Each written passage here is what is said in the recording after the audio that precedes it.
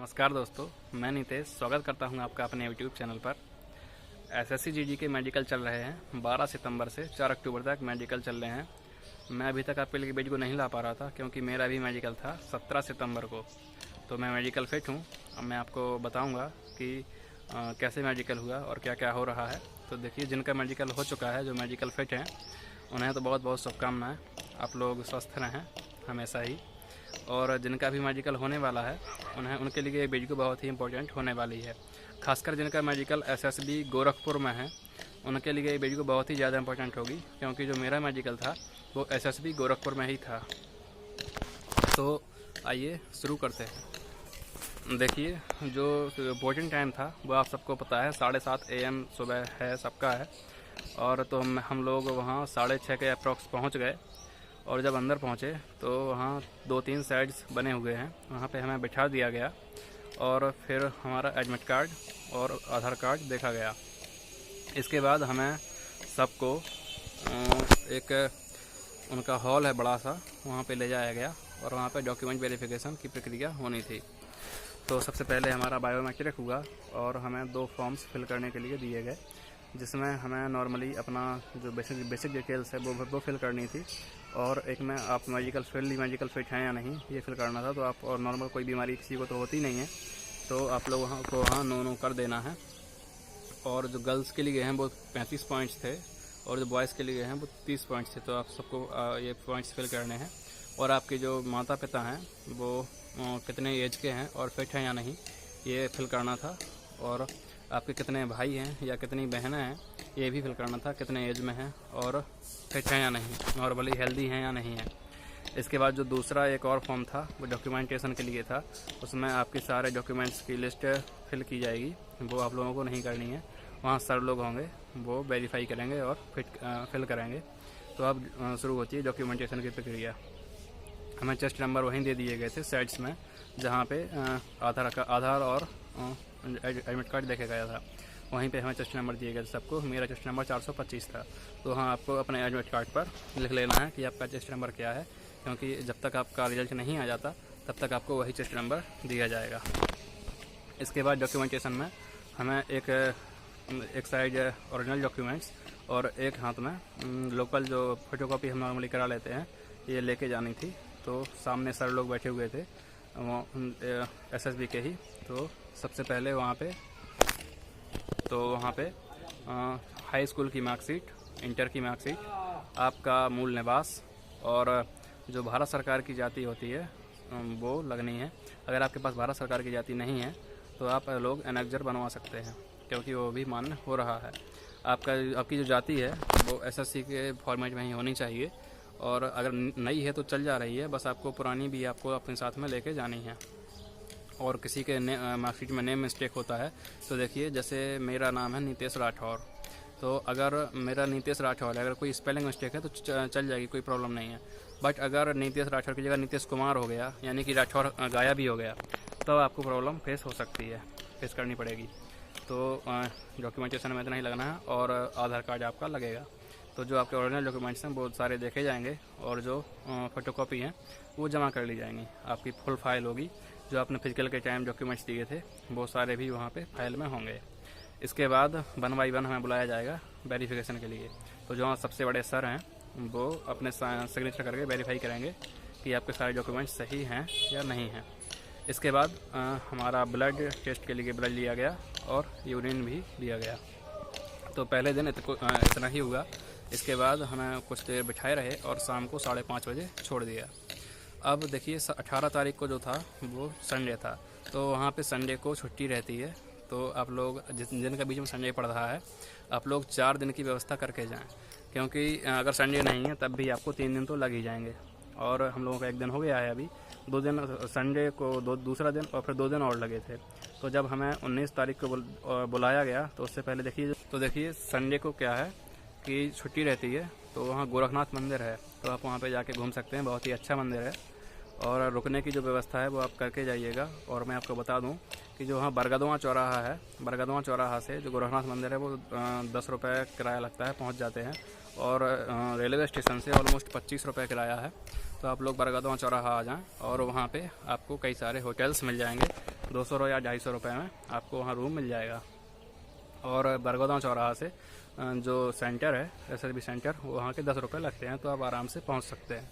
खाने की भी वहाँ अच्छी व्यवस्था है, तो आप वहाँ स्टे कर सकते हैं। इसके बाद देखिए, जब 19 तारीख को यहाँ बुलाया गया तो सुबह 6:30 बजे बुलाया गया। हम लोग ऑलमोस्ट 6 बजे पहुँच गए।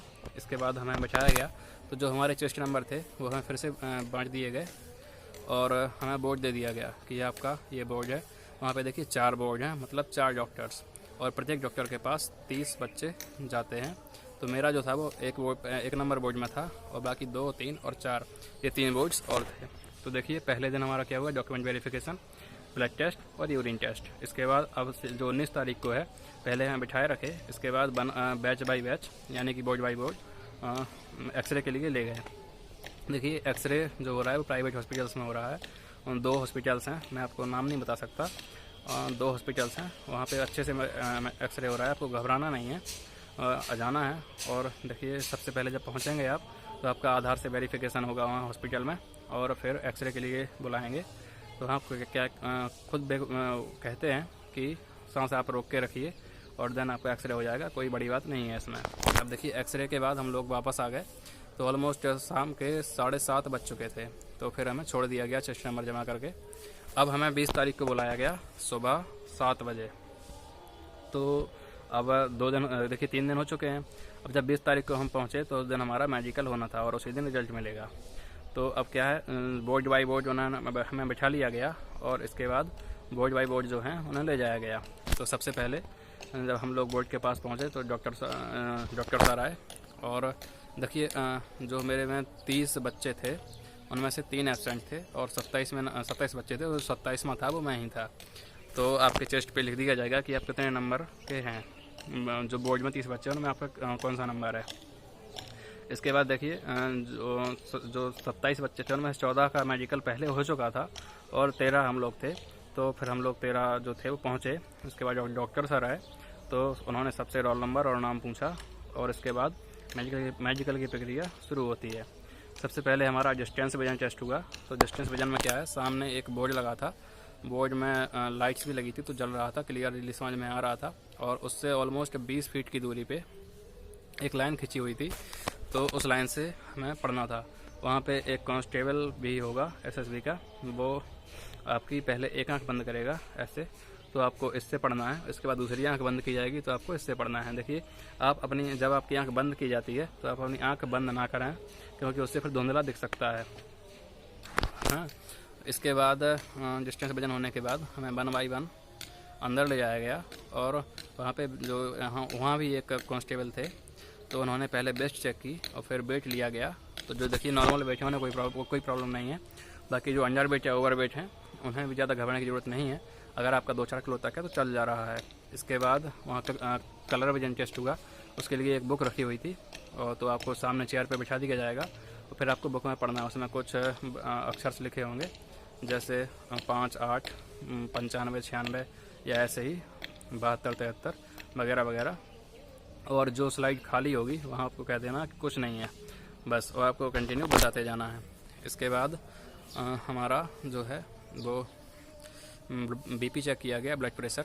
इसके बाद हमें 1 बाई 1 फिर से बुलाया गया। 1 बाई 1 नहीं, 5-5 करके बुलाया गया, 5 पहले 5 फिर। तो फिर हमारा BP चेक हुआ। BP में ऑलमोस्ट सबका नॉर्मल था, हाँ कुछ का हाई हो गया था, तो उन्हें दोबारा मौका दिया गया और फिर BP चेक हुआ। इसके बाद BP चेक होने के बाद हमें जो 13 थे हम लोग, उनमें से 7 को बुलाया गया, 7 बजे। तो जब 7 लोग अंदर पहुँचे तो उनका मेडिकल हुआ। उसके बाद हम लोग बुलाया गया, हम लोग 6 लोग थे। तो जब हम लोग अंदर पहुँचे तो सबसे पहले हमें एक अखबार जो होता है उसकी एक कटिंग थी, उसमें कुछ लिखा हुआ था चिड़ियाघर, एक पैराग्राफ था पूरा, तो वो पैराग्राफ सबसे पढ़वाया गया। इसके बाद हमारा जो नौकरी देखी गई, मतलब सावधान की अवस्था में खड़ा करवा दिया गया, और फिर नौकरी चेक हुई। इसके बाद कैरी एंगल भी चेक हुआ। कैरी एंगल में देखिए ज़्यादा कुछ नहीं है, जिसका कुछ ज़्यादा ही टेढ़ा हाथ है तो उसे स्केल से चेक कर रहे हैं, बाकी नॉर्मली दिख जाता है कि आपको कैरी एंगल नहीं है। देखिए, कैरी एंगल के बाद हमारा फ्लैट फुट चेक हुआ। तो फ्लैट फुट आपको खड़े खड़े ही अपना एक पैर हाथ से पकड़ लेना है, तो वो सर चेक कर लेंगे कि आपको फ्लैट फुट है या नहीं है। उसके बाद हमारा मुँह चेक किया गया, तो मुँह के लिए ऐसे खुलवाया और फिर टॉर्च से चेक किया। इसके बाद डीएनएस और ईयर टेस्ट भी हुआ, और जो आँख है उसमें टॉर्च लगा के चेक किया डॉक्टर सर ने। इसके बाद देखिए एक टेस्ट ये भी हुआ, पेंसिल की एक पेंसिल थी, पेंसिल की जो निब थी उसे हमें देखना था बिना गर्दन हिलाए। और ऐसे आप देख सकते हैं, मैं आपको दिखा रहा हूँ, ऐसे है तो आपको ऐसे बिना गर्दन हिलाए देखना था। तो आपने अभी देखा होगा मेरी जो आइज़ थी, तो ऐसे ही आपको वहाँ पे चेक होगा।